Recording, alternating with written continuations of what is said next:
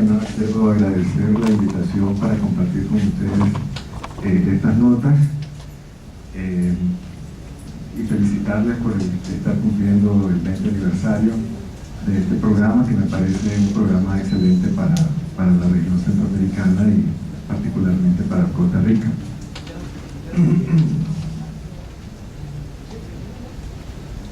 Lo que traté de descifrar con el título de la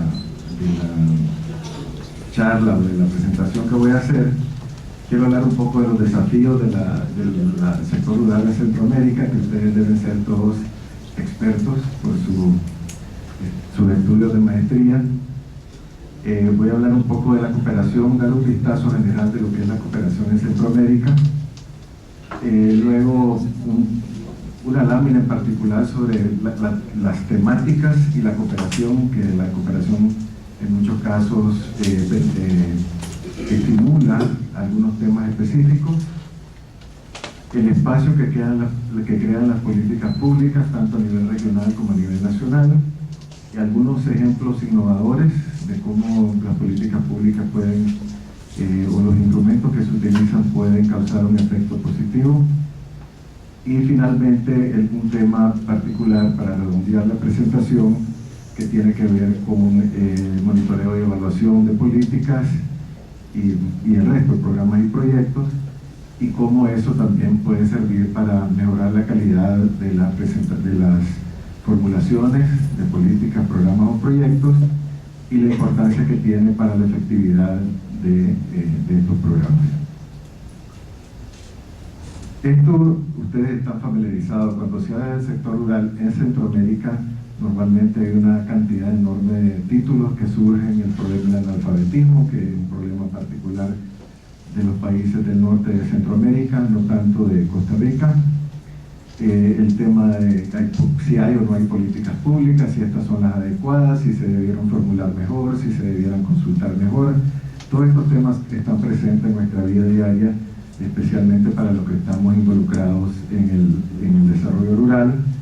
De repente aparecen nuevos temas como el cambio climático, que hace unos 10, 15 años empezó a aparecer recurrentemente en la literatura, y hoy prácticamente no hay un solo documento en que no se menciona el cambio climático.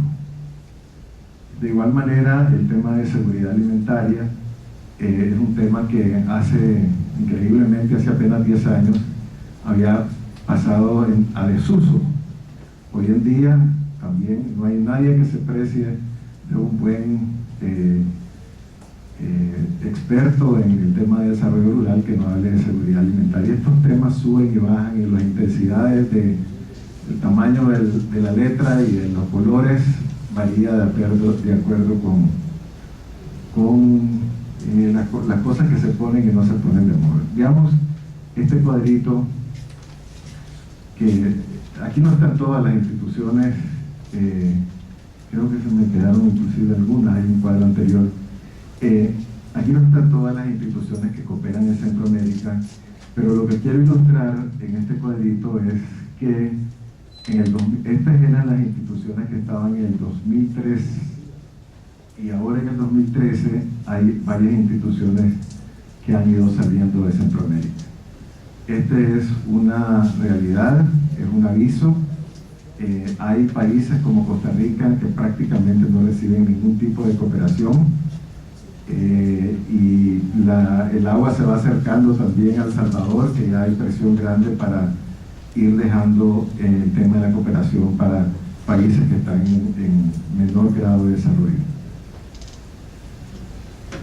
Aquí vemos, están los alemanes, que siempre han permanecido, pero los alemanes particularmente en Costa Rica han prácticamente cerrado su cooperación, y de repente dicen ya no más cooperación para Costa Rica, y se vuelven a abrir nuevas ventanas.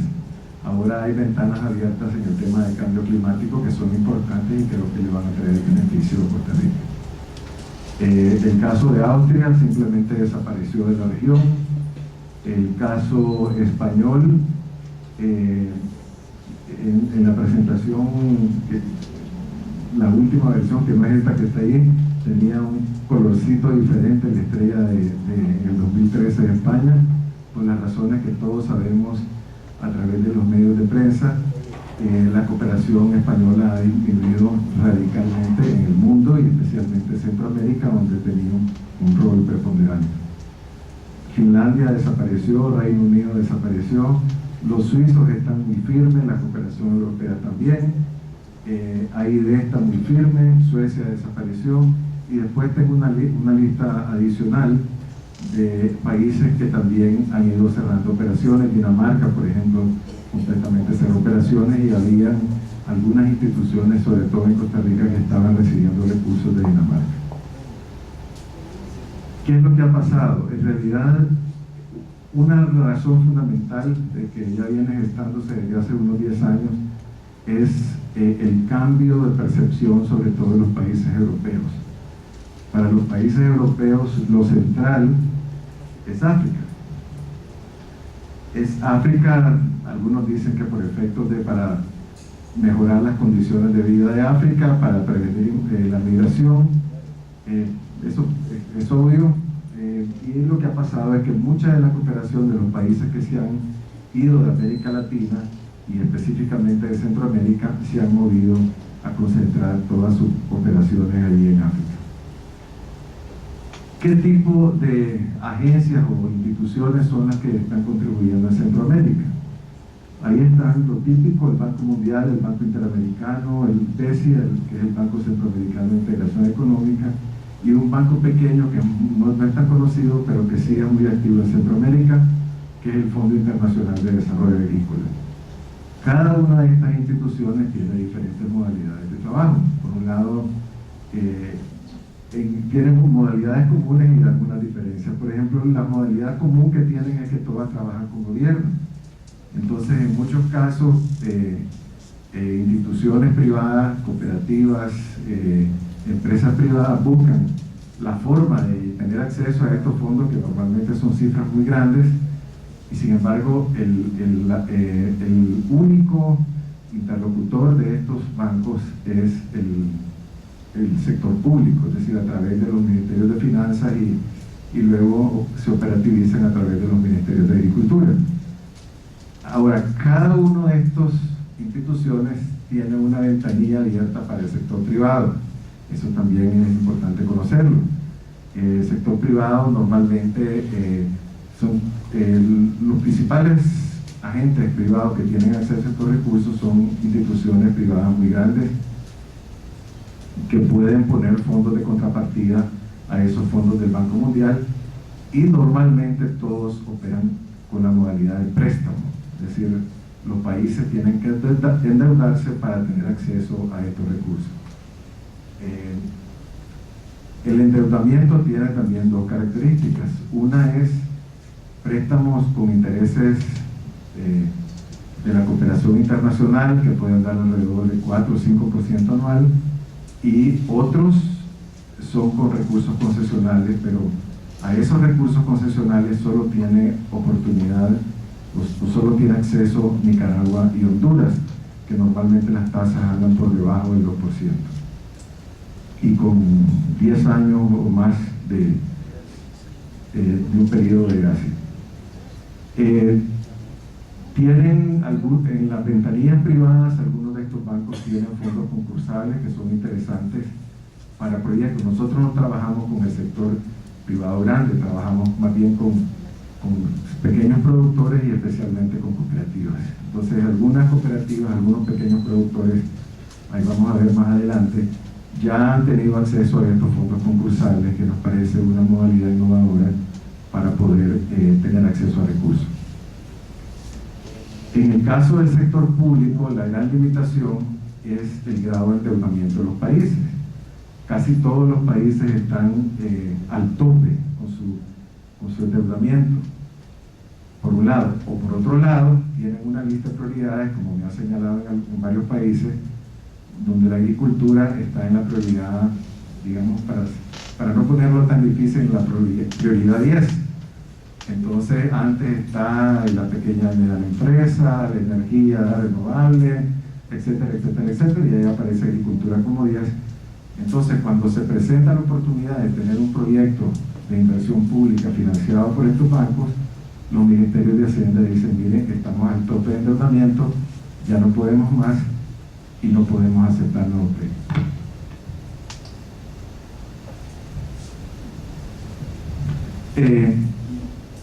Uno de los países que no está aceptando préstamos para el sector agrícola es Costa Rica. Esto es bueno también que lo tomen en cuenta. Esto es lo que dice ahí, limitaciones de deuda soberana. Luego, también los bancos privados están estimulando, y la cooperación en general están estimulando mecanismos de alianzas público-privadas. Eso está como una de las cosas que está surgiendo como cosas de moda. Entonces se estimula para poner un cofinanciamiento con recursos privados y también recursos de la cooperación. Casi todos estos bancos favorecen ese tipo de intervenciones. La otra cosa muy importante es que estos bancos no financian a la región centroamericana, sino que financian países. Entonces muchas veces las gestiones para tener acceso a estos recursos tienen que partir del nivel país. Hay préstamos o temas que son financiados recurrentemente en todos los países, pero de manera bilateral entre los países y los bancos. Por ejemplo, el tema sanitario es una cosa que el BID ha escogido como un tema central en sus actividades, y entonces ese tema sanitario se ha replicado en Nicaragua, Honduras, República Dominicana, y el resto de los países probablemente va a hacer lo mismo. Hay dificultades con recursos para el tema sanitario en Costa Rica, recursos del financiamiento internacional. Luego están entidades cooperantes multilaterales que son conocidas, la FAO, el PMA, el PNUD y el IDICA. Estos son recursos mucho más pequeños, son recursos normalmente para cooperación técnica, proyectos que deben andar en el orden de 1 millón, 2 millones de dólares máximo.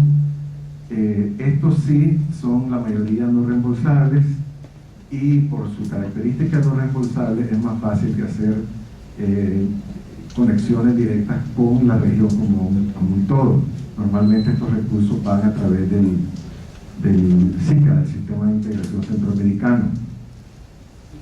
Muy recientemente estas fuentes también están privilegiando algunas cosas innovadoras, alianzas público-privadas, está de moda la cooperación trilateral y está de moda la cooperación sur-sur, un tema de moda de los últimos 10 años, pues digo, de manera más recurrente, siempre ha existido, pero de manera más recurrente. Entonces, lo que están haciendo estas agencias es estirando sus pequeños recursos y tratando de apalancar recursos más importantes de otras fuentes, ¿verdad? Entonces hay, por ejemplo, la FAO con AID o la FAO con la GIZ en un determinado país para determinados temas. Estos son 2 fondos globales, en realidad hay algunos más, pero estos son los más importantes. Este es un fondo para agricultura y seguridad alimentaria, el primero. Es un fondo bien grande que es el resultado de esa famosa reunión del Áquila del G8. Se creó este fondo, los países grandes se lo dieron a administrar al Banco Mundial, y el Banco Mundial abrió esta ventanilla que es concursable para los países. De todos los países de América Latina solo pueden participar Honduras, Nicaragua, Bolivia y Haití. Ya hay propuestas para este año, son recursos enormes, ¿verdad? Que vendrían a resolver el problema de recursos en los 2 países, por lo menos de Centroamérica, que son Honduras y Nicaragua. Luego está el Fondo Global del Ambiente, ese es solo para países, algunas ventanillas nuevas para hacer alianzas público-privadas, etcétera, pero la mayoría de los recursos, por lo menos desde que se creó ese fondo, es para financiar proyectos de países. Eso tiene que ver con el cambio climático, con adaptación, con una serie de temas. Este es un mapita que hemos usado en varias presentaciones, donde está por tema qué agencias son las que están más involucradas. Este sería un ejercicio muy bonito para hacer como investigación o como trabajo de ustedes. Es un trabajo muy interesante. Nosotros lo hacemos para casa, ¿verdad? Para nosotros estar claros hacia dónde van los temas y qué tienen que ver con la cooperación. Aquí, por ejemplo, antes estaba esto lleno de la cooperación española, ahora ya va reduciéndose. Hay algunos temas que uno los ve carentes de apoyo. Por ejemplo, negocios verdes tiene que ver con agricultura orgánica principalmente, y este tema, antes estaban los austríacos aquí, han ido saliendo, el FIA un poquito, ha ido saliendo, y entonces esta franja se va quedando vacía, y eso permite ver hacia dónde hay que dedicar esfuerzos, y también como estrategia iba a decir de negocios, pues, ahí me disculpan la palabra, pero como estrategia de negocios institucionales para ver dónde uno se tiene que apuntar, ¿verdad? Hay temas así como negocios verdes, está de las organizaciones rurales, que cada vez se van disminuyendo los recursos en esa área. Y estos temas no necesariamente coinciden con las cosas que son más prioritarias, es decir, pues por los años de trabajo en este tema, hay asuntos que son extraordinariamente importantes, como son el fomento de la asociatividad, que simplemente encontrar recursos, para eso hay que hacer actos de magia. Entonces son recursos que están vacíos, les digo, temas que están vacíos y que hace falta un esfuerzo extraordinario para poder conseguir los recursos. Luego, esta lámina, aquí lo que voy aterrizando ya en ver cómo hacen los gobiernos para empezar a hacer propuestas que sean atractivas para el financiamiento internacional. Y esto va a ser un reto, y me gustaría que fuera una pregunta. Normalmente todos decimos, hacen falta políticas públicas, todo el mundo se queja que hacen falta políticas. Pues nosotros insistimos en que políticas hay hasta demasiado, y este cuadro lo que trata de mostrar es la cantidad de políticas que existen en la región centroamericana, y créanme que una copia de esto, como un espejo, existe a nivel nacional de cada uno de los países. Casi cada institución, cada autoridad nueva nombrada quiere, cuando en el menor de los casos, tener su propia política. Nunca se parte de revisar lo que se ha actuado, qué es lo que ha dado resultados, cómo se puede mejorar, sino que normalmente todo el mundo, la autoridad y los asesores, sobre todo, le proponen al ministro que hay que tener una política, que no puede ser que un ministro no tenga una política. Entonces se crean cantidades enormes de documentos con poca aplicabilidad, en muchos casos con poca consulta. Sus instrumentos de medición para dar seguimiento son bien escasos, y entonces la política se convierte simplemente como en un, ¿cómo se llaman estos? Cosas que dan vuelta en la feria, unos caballitos, le decíamos ahí en mi pueblo. Carrusel, eso es. Entonces vienen las políticas y van las políticas, y normalmente, como los asesores sí, también van en el mismo carrusel, las políticas se parecen mucho a través de los años, ¿verdad? Entonces, pero normalmente esto, a pesar de eso, sienta algunas pautas de cosas que están priorizadas, que hay que hacer. Si uno les pasa una lupa a estos documentos, normalmente va a ver todas las palabras clave, ¿verdad? De la época. Es decir, si un documento que acaba de salir seguramente va a hablar de adaptación y mitigación del cambio climático, va a hablar de cosas nuevas como alianzas público-privadas, etc. Son muy cuidadosos, la rigurosidad de los consultores aquí se pone a prueba y es bastante buena. Y no quiero hablar mal de los consultores, a mí me tocó eso en mi vida bastantes años. Ahora, ¿qué es lo que hemos hecho nosotros? Tratando de aportar un poco en todos estos debates, inclusive me asustó un poco la presentación de la colega que me presidió, pero aún dentro de ese marco, ¿no?, de la complejidad que tiene el comercio agrícola, las relaciones comerciales, etcétera, tratamos de hacer algunas pequeñas cosas para mejorar esas relaciones entre pequeños y grandes, ¿verdad? Tiene que haber formas más sofisticadas de entrarle a negociar en la OMC, los tratados comerciales y esas cosas, pero eso no es la esfera de trabajo nuestro. Lo que tratamos de hacer, dadas las condiciones que hay, es tratar de ver cómo se puede tener acceso a mercados preferentes y generar mayores ingresos para pequeños productores. Este es un proyecto que se llama Innovación en Acceso a Mercados. Fue financiado con recursos del BID, del FOMIN del BID y la cooperación austríaca. Es un proyecto interesante porque lo que hace este proyecto es un fondo concursable que lo administramos nosotros, y lo que hace es beneficiar aquellos municipios, aquellos proyectos de municipios que sean de extrema pobreza y que tengan dificultades de acceso a los mercados, ¿verdad? Entonces, ese concurso solo funciona para Nicaragua, Honduras, El Salvador y Guatemala. No beneficia a países de ingreso medio como Costa Rica ni Panamá. Entonces, lo interesante es que esta es una herramienta en línea. Cuando decidimos que fuera en línea, hubo muchas voces tratando de desestimularnos para que fuera en línea, porque la gente decía, mira, hombre, como un pequeño productor o una cooperativa va a poder aplicar en línea. Pero durante las jornadas de promoción de este proyecto, hicimos encuestas de las personas que participaban, que fueron alrededor de 500 personas en todo Centroamérica, quienes tenían acceso a servicios de internet, y la respuesta fue bien interesante. La mitad de la gente, ellos directamente tenían acceso a internet, la otra mitad lo hacían por medio de otras personas.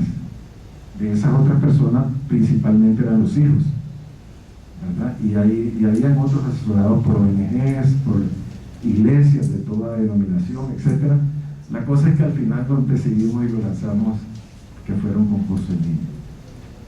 Para hacer corta la historia, el resultado fue: todos los ganadores cayeron en los municipios más pobres, ¿verdad? La respuesta ha sido exitosa. Habían premios en el puntaje para aquellos proyectos que incorporaran mujeres. Teníamos un mínimo de exigencia del 20% mujeres. Resultaron que la mayoría de los proyectos están arriba del 40%. Los proyectos de Honduras, por ejemplo, son jóvenes, la mayoría menores de 30 años. Ahí está un muchachito muy orgulloso de su proyecto. Y hay en todos los casos organizaciones, yo les llamaría intermediarias, que son ONGs, que son algunos centros de enseñanza, y ellos son como los que le brindan permanentemente asistencia técnica. Estamos extremadamente satisfechos con el resultado del primer concurso. Se han dado ejemplos muy grandes de cómo mejorar la productividad, cómo mejorar la inocuidad de los alimentos, la programación de las cosechas, la entrega adecuada a los mercados, principalmente los supermercados. Ha habido trabajo de capacitación. Estas señoritas que están aquí es un proyecto de chocolatería en un grupo de mujeres en Nicaragua que son una empresa totalmente de mujeres. Hay una anécdota, dice ahí un hombre nada más trabajando, pero el pobre quedó despedido porque la máquina que compraron con los recursos del proyecto lo eliminó, porque era una cosa que tenía que hacer moliendo a fuerza. Ese era el único empleado hombre, tipo esclavo, el que tenían ahí. Pero bueno, lo cuento nada más porque es simpático. Aquí se resume lo que acabo de decir. La gente muy entusiasmada, se han generado ingresos muy altos para los productores que obtuvieron los recursos. Este proyecto tiene una cosa interesante, que tiene una línea de base desde sus inicios, así que la evaluación que va a ocurrir en los próximos como 6 meses parte de una línea de base.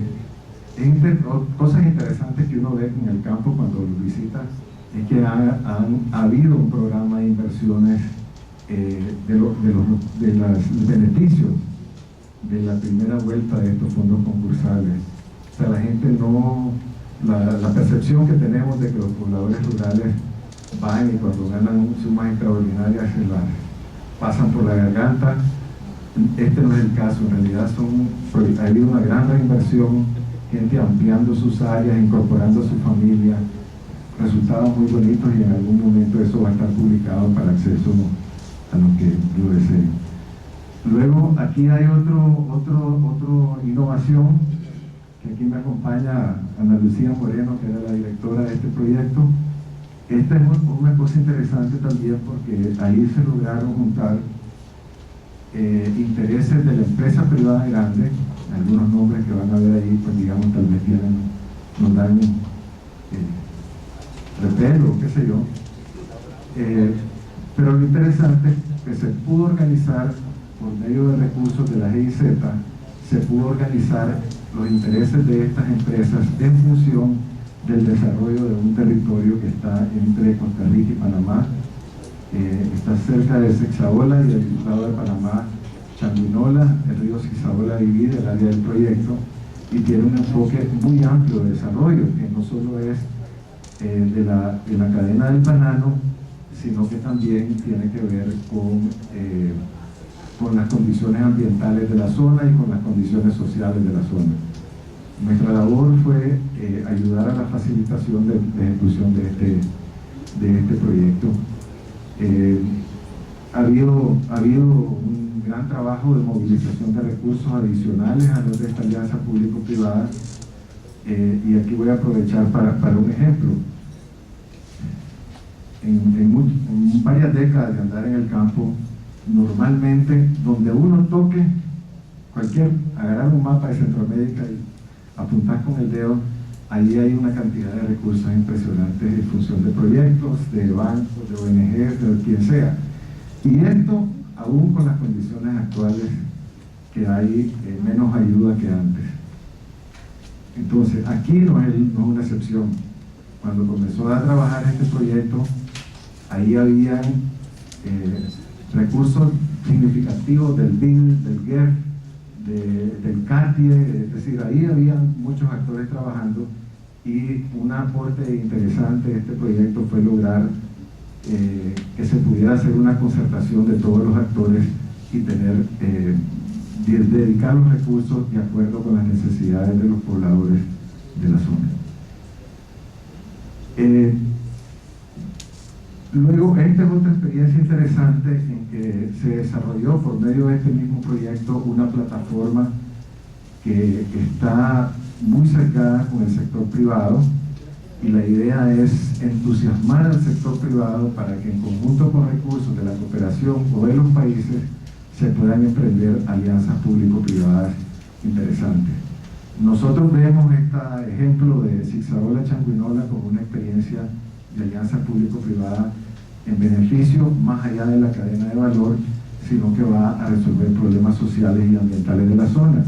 Y ese modelo lo hemos traído como modelo útil para esta plataforma, en la que hay como unos 20 socios, y se están tratando de desarrollar proyectos de desarrollo rural, pero con recursos del sector privado. Es decir, si hay ausencia de recursos de la cooperación y de recursos públicos, entonces hay que buscar otras alternativas. Este es otro ejemplo interesante. Esto es muy cercano hacia el sector público, porque pueden decir, bueno, de ahora solo se habla del sector privado. Esta es una experiencia muy interesante, que es una experiencia de Nicaragua. Ahí lo que se hizo es, bajo un fuerte liderazgo del sector público, no de la administración actual, sino hace 15 años, se montó un programa sectorial que fuera compartido por todas las instituciones públicas, y se negoció con la cooperación internacional para financiar este programa sectorial. Eso fue hace como unos 16 años. Ahora, lo mágico y lo increíble es que desde los 16 años atrás han pasado diferentes gobiernos con diferentes sesgos políticos y el programa ha prevalecido, la cooperación ha sido muy firme en seguirlo apoyando y hay una alta participación también del sector privado, de todo el sector privado, grandes, pequeños, medianos, etc. Esta escalerita es para mostrar de dónde parte este tipo de trabajo.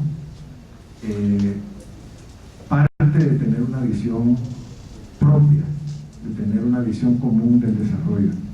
Entonces el trabajo inicial de que es la piedra sobre la que descansa el resto del edificio, es sumamente importante. En algunos países se ha avanzado en crear esa concepción del desarrollo en Centroamérica, pero se ha ido muy lento en ir construyendo el edificio para arriba, o la cooperación, como es el caso de Costa Rica, no es muy, es decir, no hay muchos recursos de la cooperación como para poder emprender esto aquí en Costa Rica. Sí es muy útil este ejemplo para Honduras, Guatemala,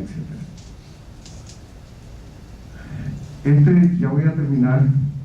¿Cómo ando de tiempo? Casi ya, sí. Este es un cuadrito que siempre lo utilizo para hacer un solo mensaje. Esta es una camino empinado, ¿verdad? Hacia donde todos queremos llegar es hacia producir aquí un impacto. Pero la mayoría de los proyectos, y ahí es culpable los que formulan los proyectos del lado público y de la cooperación y todo el mundo, se quedan en esta parte. Aquí, por ejemplo, están los indicadores de cuántas personas participan en el seminario tal, cuántos talleres, no sé qué, no sé cuánto. Y muchas veces hacemos como que esto fue el objetivo del desarrollo. Y no caminamos la curva, la plataforma esta empinada, hasta llegar al impacto. Esta es una cosa de extremo cuidado para quienes son profesionales del tema y quienes van a enfrentarse con el desarrollo del proyecto, ya sea en su formulación o su implementación. Nunca olvidar que aquí es donde está el objetivo y no en esta parte de abajo donde se va la mayoría de los recursos muchas veces.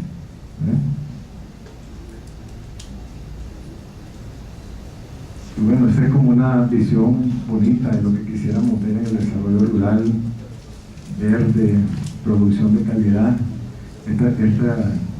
Este café en las condiciones actuales es difícil de encontrar en Centroamérica, pero bueno, eso es lo que todos aspiramos. Muchísimas gracias por la atención.